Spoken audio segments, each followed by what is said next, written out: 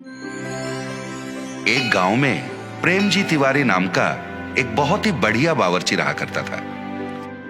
वो जिस गांव में रहता था उसी गांव के एक ढाबे में वो खाना पकाता और जिंदगी गुजारता। प्रेमजी तिवारी के माँ बाप तो नहीं थे, पर एक बहन और एक भाई था। बहन की शादी करवाने के लिए और भाई को अच्छे से पढ़ाने के लिए वो बेचारा दिन रात कष्ट किया करता था। प्रेम जी के बनाए हुए सारे पकवान कई सालों से बच्चे बूढ़े गांव के बाकी सारे लोग बड़ा मजा लेके खाया करते थे। इसकी वजह से वो जिस ढाबे में काम करता था उस ढाबे का नाम अच्छा हुआ और कमाई भी बढ़ गई। एक दिन प्रेम जी के एक दोस्त ने प्रेम जी की बहन की शादी के लिए एक अच्छे से लड़के के बारे में बताया। ये सुनकर प्रेम जी ने सोचा ये शादी तो किसी भी तरह करवानी पड़ेगी, चाहे उधार लेना पड़े, पर बहन की शादी होनी चाहिए। इसलिए वो गांव के जमींदार के पास गया और सूद पर रुपए लेके उसने शादी करवा दी। अपनी बहन की शादी में प्रेम जी ने खुद अपने हाथों से बढ़िया खाना बनाया था। सारे अतिथिगण खाना खा के मुग्ध हो गए। अरे वाह प्रेम जी, तुम्हारे हाथों में तो जादू है भैया। खाना तो तुमने बढ़िया पकाया है भाई। उसी शादी में लड़कों की तरफ से रामलाल नाम का एक आदमी आया था। खाना खा के उसे बहुत पसंद आया तो उसने कहा, प्रेम जी भाई, लंदन में मेरा एक रेस्टोरेंट है, क्या तुम लंदन आके मेरे रेस्टोरेंट में कुक के काम करोगे? ये सुनकर प्रेम जी भाई को याद आया कि उसके भाई को पढ़ाना है, उसका कुछ उधारी भी है। इन सबको छोड़ के लंदन जाना उसके लिए नामुमकिन था, तो उसने इस मौके को जाने दिया। दिन गुजरने लगे, उधार का भार बढ़ने लगा और पूरी तनख्वाह तो ब्याज भरने में निकल जाती थी। भाई को पढ़ाने के पैसे कम पड़ने लगे, घर चलाने में भी दिक्कत होने लगा।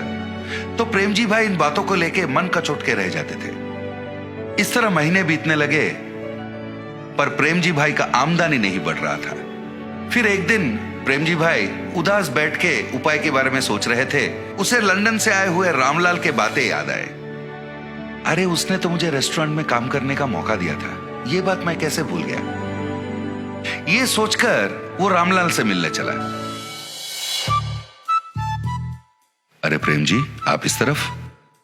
आपने तो उस दिन कहा था ना कि लंदन में आपके रेस्टोरेंट में कुक की नौकरी मुझे देने को तैयार है। अभी भी क्या वो नौकरी मुझे देंगे? अरे वाह, बढ़िया है, आखिर आपने मेरी बात मान ही ली। जरूर मौका मिलेगा। मैं एक हफ्ते में वहां जा रहा हूं। मेरा बेटा आपके लंदन आने तक के सारे इंतजाम खुद देखेगा, ठीक है? फिर जब रामलाल वापस लंदन चले गए थे, रामलाल के बेटे ने प्रेम जी का लंदन जाने तक का पूरा इंतजाम 1 महीने के अंदर कर दिया। प्रेम जी ने उससे कहा, बहुत बहुत धन्यवाद बेटा, आप बिल्कुल चिंता मत कीजिए, यहां हम सब हैं ना। आप आराम से लंदन जाइए, वहां अच्छे से पैसे कमाइए और अपनी पूरी उधारी चुका लीजिए। अपने भाई को अच्छे से पढ़ाइए। अगले 10 दिन में लंदन जाने की आपकी फ्लाइट है। इस तरह उसने प्रेम जी को समझाया और उसे लंदन भेज दिया। प्रेम जी लंदन में स्थित रामलाल के इंडियन रेस्टोरेंट में अपना रसोइये का काम शुरू कर दिया। उसके खाना पकाने के तरीके, सब्जियों को काटने के तरीके, खाने को प्लेटिंग के वक्त गार्निश करने के तरीके, और सबसे बढ़िया बात यह थी, जब उसका खाना पकता था पूरा रेस्टोरेंट खुशबूदार हो जाता। वो मन लगा के लजीज खाने बनाता रहा और कस्टमर खुश होते रहे। खाने से खुश होकर लोग उसे काफी पैसे टिप में देते थे। इससे प्रेम जी खुश होकर और बढ़िया पकवान बनाने लगा। इधर महीने का तनख्वाह मिलता था और टिप की ऊपरी पैसे होने के कारण उसका आमदनी बढ़ गया। और जितने भी पैसे वो कमाता था पूरे पैसे वो इंडिया भेज देता। फिर रामलाल के बेटे से बात करता और उनसे कहता कि उन पैसों से उसकी उधारी चुका दे और उसके भाई को बढ़िया सा कॉलेज वगैरह में भर्ती करके पढ़ाए। इस तरह 6 महीने बीत गए। इन 6 महीनों में उसने कई बार पूछा कि मेरे भाई से फोन पर बात करवा दे, पर कोई ना कोई कारण बोलकर रामलाल के बेटे उसे टाल देता तो प्रेम जी को संदेह होने लगा। और फिर जब रामलाल अपने बेटे के साथ बात करते थे, वो चुपके से उनकी बातें सुनने लगा। एक दिन रामलाल से मिलने प्रेम जी जा ही रहे थे।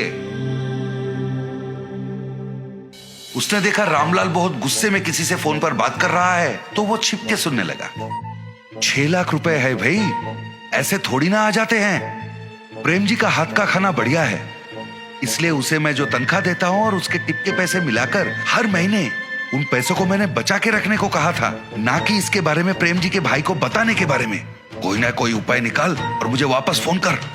उनकी इन बातों को सुनकर वो तुरंत अपने घर गया, अपना पूरा सामान उसने समेट लिया और उसी वक्त वहां से निकल पड़ा। मैंने इन पे अंधविश्वास किया था और काम करने विदेश तक आ पहुंचा। 1 रुपए मेरा पैसा मैंने नहीं बचा, पूरा पैसा इनको सौंप दिया। पता नहीं उधर मेरे भाई और बहन किस हालत में हैं। पता नहीं मेरा सूद कितना बढ़ गया है। मुझे विश्वास नहीं हो रहा है कि अपने कुकर्मों के लिए इन लोगों ने मुझे वहां से यहां तक ले आया। वो बेचारा रास्ते के एक किनारे बैठकर दुखी हो रहा था। हे भगवान, अब तुम्हारा ही भरोसा है, तुम ही कोई रास्ता निकाल दो भगवान। वो बेचारा कुछ देर वहीं पर भगवान का स्मरण करते बैठा। अचानक से नील रंग के धुआं के बीच में से श्री कृष्ण पधारे। उन्होंने एक बालक का रूप धारण किया। फिर वहीं पर उन्होंने एक फूड स्टॉल को अपने माया से बनवाया और आके प्रेम जी के पास बैठ गए। अंकल, क्या ये फूड स्टॉल आपका है? मुझे बहुत भूख लग रहा है, कुछ पका के खिलाओगे? मैं पैसे भी दूंगा। वो आके प्रेम जी से बातें करने लगे, पर प्रेम जी को तो पता था वो फूड स्टॉल प्रेम जी का तो था ही नहीं। पर कहीं उस बालक को देखकर प्रेम जी को बिछड़ा हुआ अपना भाई याद आया। पता नहीं उसके मन में क्या हुआ। वो उठा और उस फूड स्टॉल की तरफ बढ़ गया। फिर वहां रखे हुए सारे चीजों को देख के सोचने लगा, इसके खाने के लिए क्या पकाऊं? प्रेम जी ने फिर अपनी नजर इधर उधर दौड़ाई तो उसने देखा खाने के कई चीज रखे हुए थे। अरे पता नहीं ये फूड स्टॉल है किसका? इतने सारे खाने की चीजों को यहाँ छोड़ के कहाँ चले गए? वो सोच में पड़ गया। इस तरह अचंभित होकर वो सोच रहा था, वहां खाना खाने दूसरे कस्टमर भी आना शुरू हो गए। प्रेम जी ने उस बालक के लिए बड़े प्यार से खाना पकाया। फिर वो बालक को ढूंढने लगा और वो बालक उसे दिखा नहीं। और इधर वहां बैठे जो बाकी कस्टमर थे वो सारे फूड फूड फूड कहकर प्रेम जी को पुकारने लगे, तो प्रेम जी उनके लिए खाना बनाने में मगन हो गए। इस तरह बिना कुछ सोचे समझे ही प्रेम जी के जीवन में एक नया मोड़ आ गया था। इसके अलावा वो फूड स्टॉल मेरा है कहने वाला कोई आगे ही नहीं आया। तो प्रेम जी ने सोचा शायद ये भगवान की मर्जी है और उन्होंने ही उसे यहाँ भेजा है। वो अपना काम में व्यस्त हो गया। रामलाल को प्रेम जी के फूड स्टॉल के बारे में पता चला तो उसे रोकने वो खुद आ पहुंचे, पर उसे पता नहीं था ये स्वयं भगवान की देन है। वो उसे कहां रोक पाता। इतना ही नहीं, उसका खुद का धंधा ठप होने वाला था और उसका दिवालिया निकलने वाला था। फिर प्रेम जी ने अपने कमाए हुए पैसों को जमा किया और एक विदेशी के सहायता से उसने अपने भाई को लंदन बुला लिया। वो अपने भाई को लंदन में पढ़ाने लगा, अपनी उधारी भी चुका दी और फिर अपनी जिंदगी को वो आराम से खाना पकाते हुए जीने लगा। प्रेम जी अगर रामलाल और उसके बेटे की बातें नहीं सुनता, पार्क में उस बालक की बात मानकर अगर वो फूड स्टॉल में नहीं जाता, तो शायद आज वो अपने भाई बहन के साथ इतनी खुशी खुशी जिंदगी नहीं बिता सकता। एक बार एक गांव में एक बुढ़िया रहती थी जिसका नाम था करुणा। वो तरह तरह के अचार बनाकर बेचती थी।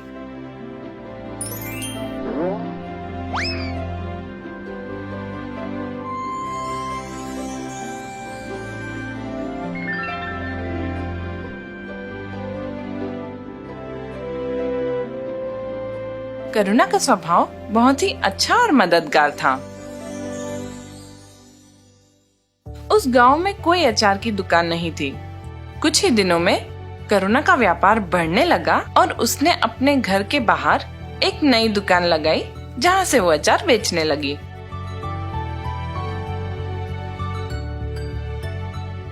रोज की तरह करुणा अपनी दुकान में अचार बेच रही थी जब वहां एक विघ्नेश नामक व्यक्ति आया। एक अचार की बरनी कितने की है? एक बरनी 25 रुपए की है बेटा। ठीक है, मुझे एक बरनी टमाटर की अचार चाहिए। करुणा ने एक टमाटर के अचार की बरनी उसे दी। विघ्नेश ने उसे 50 रुपए दिए। करुणा ने अपनी पोटली में 50 रुपए रख कर 25 रुपए विघ्नेश को वापस दिए। विघ्नेश ने देखा कि करुणा की पोटली पैसों से भरी हुई है। करुणा की पोटली में बहुत पैसे हैं। किसी तरह मुझे वो पोटली उससे छीननी होगी, लेकिन कैसे? उसने सोचा कि मैं करुणा से पानी मांगता हूँ। करुणा पोटली रखकर विघ्नेश के लिए पानी लेने गई। करुणा के वापस आने से पहले मुझे वो पोटली लेनी होगी। जैसे ही विघ्नेश ने वो पोटली लेने की कोशिश की, तभी करुणा वापस आ गई। मेरी पैसों की पोटली क्यों उठा रहे हो विघ्नेश? कुछ देर तक उन दोनों में बहुत बहस चली।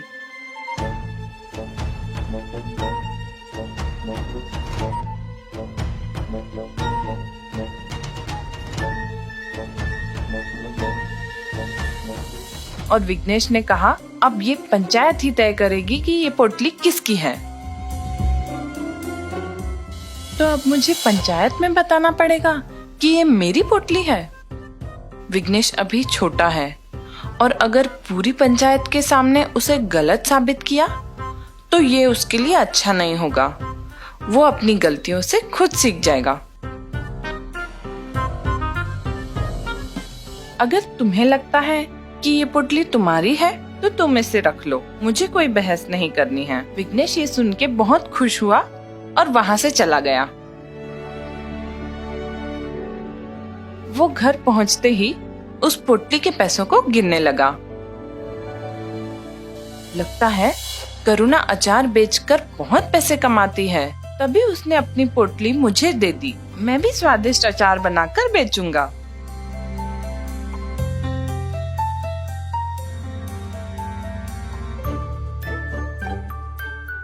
अपने पैसों में करुणा से चुराए हुए पैसे जोड़कर उसने नई सामग्री लाई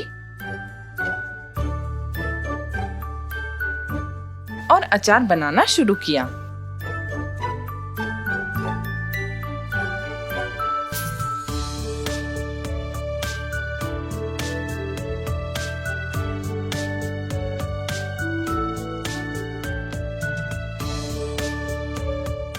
करुणा की दुकान के ठीक सामने विघ्नेश ने अपनी दुकान लगाई।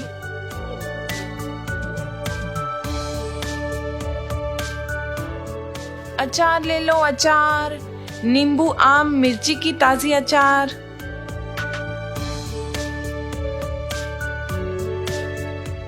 करुणा ने ये देखा कि इसने मेरे पैसों से अपनी दुकान ठीक मेरी दुकान के सामने लगाई है, लेकिन फिर भी करुणा के जो ग्राहक थे वो उससे ही अचार लेते थे।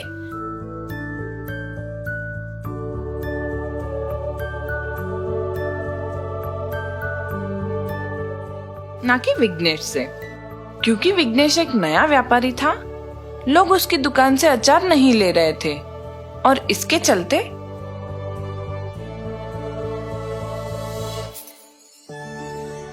अचार पड़े पड़े सड़ने लगे। विघ्नेश बहुत दुखी हो गया था। मेरी बनाई हुई अचार खराब हो रही है, अब इससे कौन खरीदेगा? ऐसा बहुत दिनों तक चलता रहा और विघ्नेश का व्यापार बंद हो गया। विघ्नेश के पास खाने के लिए भी पैसे नहीं थे। वो दुख में सारा दिन दुकान पर ही बैठा रहता था। करुणा ये सब देख रही थी। करुणा से विघ्नेश का दुख देखा न गया।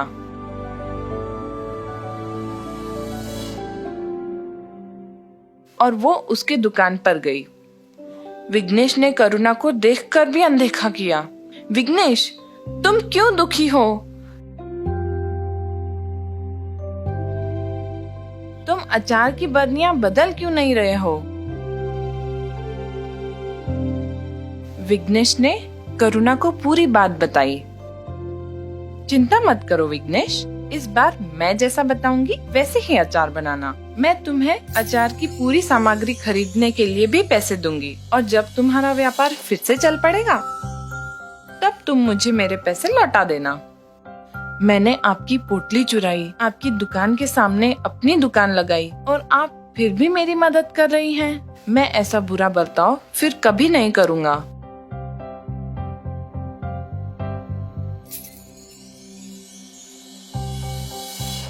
जैसा करुणा ने बताया, विघ्नेश ने वैसा ही किया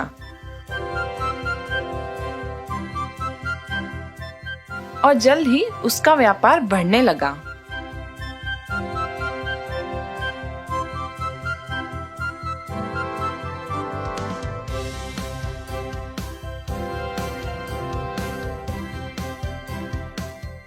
विघ्नेश ने करुणा के सारे पैसे लौटा दिए। अब हर काम ईमानदारी से करना विघ्नेश। आपकी अच्छाई के कारण आज मैं अच्छे से व्यापार कर पा रहा हूँ। आज से मैं आपकी मदद करूँगा और आसपास के गांव में भी अचार प्रसिद्ध कर दूंगा। करुणा ने विघ्नेश की बात मानी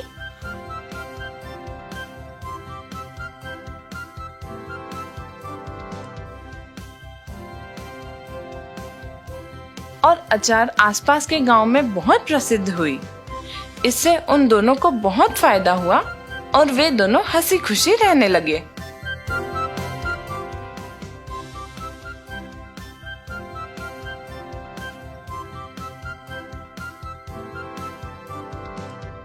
माधवपुर नामक एक गांव में थे दो आदमी, विनोद और सात्विक, जो पड़ोसी थे। विनोद था बहुत आलसी और कोई काम नहीं करता था, पर सात्विक के पास बहुत गाय थे जिनका दूध बेचकर वह पैसे कमाया करता था। इसी दौरान दूध का धंधा काफी बढ़ रहा था, तो सात्विक ने सोचा कि अब वह पड़ोसी गांव में भी दूध बेचना शुरू करेगा। अपने जमाए हुए पैसों से उसने नई साइकिल खरीदी, जिससे वह बाकी के गांवों में जाकर दूध बेचने लगा। एक सुबह जब सात्विक काम के लिए अपनी साइकिल पर निकला, तब विनोद ने उसको देखा। अरे, मुझे बिना बताए सात्विक ने नई साइकिल खरीद ली। उसके लौटने के बाद पूछूंगा। ऐसा सोचकर विनोद उसके घर के बाहर सात्विक के लौटने का इंतजार करने लगा। कुछ समय बाद सात्विक दूध बेचकर वापस आया। जब हो सात्विक, तुमने नई साइकिल खरीद ली? हाँ विनोद, क्यों, क्या हुआ? अरे कुछ नहीं, बस यही जानना चाहता था कि नई साइकिल के लिए पैसे कहाँ से आए। भाई, आज तक जो भी दूध बेचा ना, उसमें से मैंने थोड़ा थोड़ा जमाया इस साइकिल के लिए, जिसकी मदद से अब मैं पास वाले गांव में भी जाकर दूध बेचने लगा हूँ। अच्छा, अरे तू तो काफी समझदार निकला सात्विक। विनोद हंसते हुए सात्विक के लिए खुश होने का नाटक किया और फिर अपने घर चला गया। घर जाकर विनोद सोच में पड़ गया कि इतने कम समय में सात्विक ने नई साइकिल खरीद कैसे ली। विनोद ने खुद तो कुछ नहीं लिया। उदास होकर विनोद गहरी सोच में ही डूबा रहा। मैं क्यों इतना उदास रहूं? अगर मैं भी सात्विक की तरह कुछ काम करूं तो पैसे जमा कर मैं भी अपनी मनपसंद चीजें खरीद सकता हूं, पर मैं करूं क्या? अरे हाँ, मुझे तो जलेबी बनाना बहुत अच्छी तरह से आता है। हाँ, मैं एक जलेबी की दुकान शुरू करूंगा। फिर अगले दिन विनोद ने अपनी एक छोटी सी दुकान खोल ली और गरम गरम जलेबी बेचने लगा।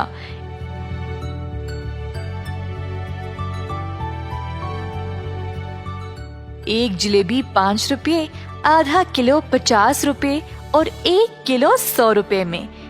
इस प्रकार विनोद ने बहुत स्वादिष्ट जलेबी कम भाव में बेचने लगा।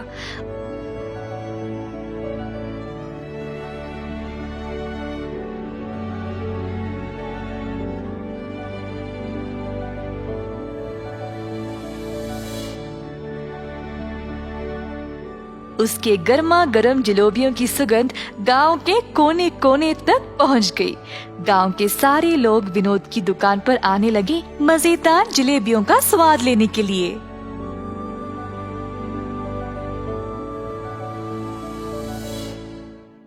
कुछ ही दिनों में विनोद की जलेबी बहुत मशहूर हो गई। एक दिन रमेश नामक एक आदमी उसकी दुकान पर जलेबी खा रहा था।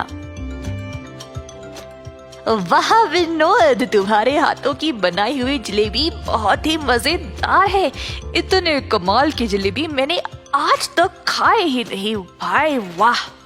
ऐसा कहकर रमेश जलेबी के मजे ले रहा था और बाकी के लोगों ने भी उसकी बहुत तारीफ की। पूरे गांव में विनोद की दुकान और भी मशहूर हो गई। अब धीरे धीरे विनोद थोड़ा घमंडी बनने लगा। मेरे जैसे जलेबी तो और कोई बना ही नहीं सकता। मुझे जलेबियों का दाम भी बढ़ाना पड़ेगा, इससे मैं और ज्यादा मुनाफा कमा सकता हूँ। दुकान पे आए हुए सब लोगों को विनोद ने बोला, जी आज से एक जलेबी 10 रुपए, आधा किलो 100 रुपए और 1 किलो 200 रुपए में। एक आदमी उदय जो जलेबी खरीदने आया था, उसने कहा, अरे भाई साहब, जलेबी इतनी महंगी कब से हो गई है? बाकी के दुकानों में तो किलो 100 रुपए में ही बेचते हैं। अगर मेरे जैसे स्वादिष्ट जलेबी कहीं और मिले ना, तो वही जाकर खा लीजिएगा, मुझे कोई फर्क नहीं पड़ेगा। विनोद जैसी स्वादिष्ट जलेबी कहीं और नहीं मिलेगी, ऐसा सोचकर लोगों ने अब महंगी जलेबी खरीदना शुरू कर दी। इस गांव में मेरे जैसे जलेबियों को टक्कर देने वाला और कोई है ही नहीं। गांव वालों को तो अब मेरे स्वाद की लत लग चुकी है। ऐसा सोचकर उसने जलेबी को तोलने वाले तराजू के नीचे सबकी नजर से चोरी एक छोटा सा भार लगा दिया, जिससे वे लोगों को ज्यादा पैसों में कम जलेबियां बेच सके। इसी तरह विनोद का कारोबार उसके अनुसार चलता रहा।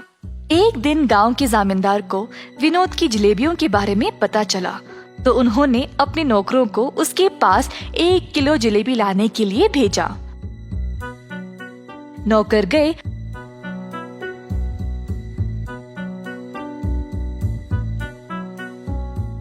और विनोद के यहाँ से 1 किलो जलेबी ले आए और जमींदार जी को दे दिया। जमींदार जी ने देखा कि जलेबियां तो 1 किलो से कम है। मैंने तो 1 किलो मंगवाया था, ये तो उससे कम है। मेरे आदेश का पालन क्यों नहीं किया? कहा जमींदार जी ने गुस्से से। साहब जी, हमने तो दुकानदार को 1 किलो ही देने को बोला था और फिर उसने इतना ही दिया। हमारी कोई गलती नहीं है प्रभु। चलो हम इस जलेबी वाले के पास जाकर देखते हैं कि वह असल में कर क्या रहा है। दुकान के पास पहुंचने ही वाले थे जब जमींदार जी ने एक भिखारी को उस जलेबी की दुकान की ओर जाते हुए देखा, तो वह रुक गए और अपने नौकरों को भी रोक दिया। जमींदार जी देखना चाहते थे कि दुकानदार उस भिखारी को किस तरह जलेबी बेचेगा। जमींदार और उनके नौकर पास वाली दुकान के पास खड़े होकर नजारा देखने लगे। एक जलेबी कितने की है भाई साहब? एक जलेबी 10 रुपए है। भिखारी के पास थे सिर्फ 2 रुपए, तो उसने वो निकाला और बोला, बस एक जलेबी दे दो। विनोद ने कहा, 10 रुपए की एक जलेबी है, 2 रुपए में नहीं मिलेगी। ये सुनकर भिखारी वहाँ से जाने ही वाला था जब विनोद ने उससे रोककर कहा, हो, तूने यहाँ पर खड़े होकर मेरे जलेबियों का सुगंध लिया है, उसके लिए वो 2 रुपये। हे भगवान, मेरे पास तो ये 2 रुपये ही है और तुम ये भी इतनी बेरहमी से मांग रहे हो। मैं नहीं दूंगा। इसी दौरान जमींदार जी वहाँ पर पहुँचे और अपने पास रखे हुए पैसों का थैला भिखारी को दिया और कहा, तुम्हारे 2 रुपये के बदले में इस दुकानदार को तुम ये पैसे का थैला दे दो। अरे आप तो बड़े लोग हो साहब, आपको तो न्याय करना चाहिए। अगर आप इस दुकानदार को पैसे दे दोगे तो कैसे? मेरी बात मानो और दुकानदार को ये पैसे दे दो। भिखारी ने माना और पैसे विनोद को देने गया जब जमींदार ने कहा, 1 मिनट रुको, इस थैले को पहले जोर से हिलाओ। भिखारी ने थैले को जोर से हिलाया तो थैले में से सिक्के छन छन करने लगे। पैसों की आवाज सुनाई दी क्या विनोद? सुनाई दी साहब। अगर ये बात है तो फिर भिखारी ने अपना भुगतान दे दिया है। क्या साहब, पैसे तो इसने दिए नहीं और आप बोल रहे हो कि दे दिए? पैसे की आवाज तुमने सुन ली ना, बिल्कुल उसी तरह जिस तरह भिखारी ने तुम्हारी जलेबियों की सुगंध सूंघ ली थी। तुम्हें तुम्हारी जलेबियों की सुगंध के पैसे इस थैले के पैसों की आवाज से ही मिल गई। तुरंत विनोद को अपनी गलती का एहसास हुआ और उसने जामींदार जी से माफी मांगी। तुमने केवल यही गलती नहीं की, तुम्हारे जलेबियों का मूल्य बाकी की दुकानों से बहुत ही ज्यादा है और उसके ऊपर गलत तरीके से तोलकर तुम ज्यादा पैसों में कम जलेबियां बेचते हो। साहब जी, बस एक बार के लिए मेरी गलती को माफ कर दो। मैं ऐसी गलती दोबारा कभी नहीं करूंगा। तुमने आज तक बहुत गलतियां की है। तुम्हें तो इस गरीब को एक जलेबी भी देने का मन नहीं किया। अब मैं तुम्हें ये आदेश देता हूँ कि अभी इसी वक्त अपनी इस जलेबी की दुकान को बंद करो। ये बात सुनकर विनोद बहुत डर गया और उदास हो गया। जामींदार जी से गिड़गिड़ाकर माफी मांगता रहा जब उसी रास्ते सात्विक आया। विनोद की परिस्थिति देखकर सात्विक उसकी दुकान पर आया और बोला, जामींदार साहब, मैं आपसे विनती करता हूँ, कृपया आप विनोद को इस बार माफ कर दे। सात्विक के अच्छे स्वभाव के बारे में जानते हुए इस बार तो सात्विक की बात सुनकर उसके अच्छे बर्ताव को ध्यान में रखते हुए मैं तुम्हें माफ कर देता हूँ विनोद। कम से कम अब से पूरा मन लगाकर मेहनत से और ईमानदारी से अपना काम करो। ऐसा कहते हुए जामींदार जी वहाँ से चले गए।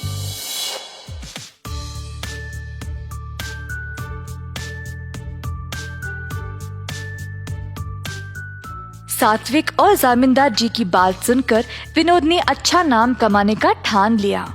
पूरी लगन और ईमानदारी से उसने दोबारा अपना कारोबार शुरू किया। इस वजह से अब और भी लोग उसके पास जलेबी खाने आने लगे।